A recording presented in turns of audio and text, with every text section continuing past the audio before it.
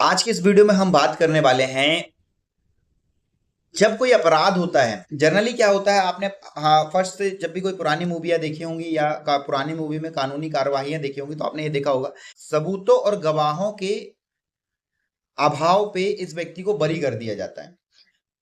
क्या होगा यदि किसी केस में सबूत ही ना हो, गवाह ही ना हो। सबूत तो खोजना पड़ेगा बट गवाह ना हो। ऐसा ही एक वाकया हुआ है। लगभग 1996 पे एक घटना हुई थी, मर्डर की घटना हुई थी। उस पर कोई भी गवाह वहां पे उपस्थित नहीं था, ना चश्मदीद गवाह था, ना किसी का कोई गवाह था।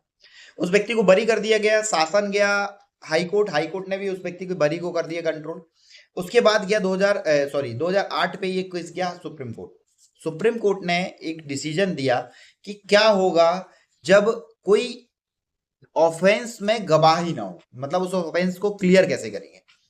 मान लेते हैं एग्जाम्पल के तौर पे किसी व्यक्ति का मर्डर कर दिया, बट कोई गवाह नहीं था। इसके कारण जो व्यक्ति जिसका मर्डर हुआ वो तो मर गया, वहां पे कोई गवाह नहीं था, तो उस केस को कैसे फाइंड आउट करेंगे या कैसे उसको सजा दिलाएंगे। सुप्रीम कोर्ट ने इस पे गाइडलाइन दी हुई है। तो सुप्रीम कोर्ट का ये कहना है कि जब भी किसी केस पे गवाह नहीं होता है तो जिस व्यक्ति के ऊपर हम एलिगेशन लगा रहे हैं उसका हमें मकसद साबित करना होता है कि इसका मकसद इस व्यक्ति को मारना था। क्यों मकसद था उस व्यक्ति को मारना, ये हमें साबित करना पड़ेगा। हमें मतलब अभियोजन पक्ष को, अभियोजन मतलब गवर्नमेंट पक्ष को। जब भी कोई क्रिमिनल क्राइम होता है तो उस पर जो अभियोजन होता है वो गवर्नमेंट एडवोकेट होता है, जिसे एडीपीओ कहते हैं, गवर्नमेंट प्रोसिक्यूटर कहते हैं, पब्लिक प्रोसिक्यूटर कहते हैं, जो भी आप बोलना चाहें, हर स्टेट में अलग अलग होता है। उसकी जिम्मेदारी है और पुलिस की जिम्मेदारी है कि उसका मकसद साबित करें, उसकी गवाही लें।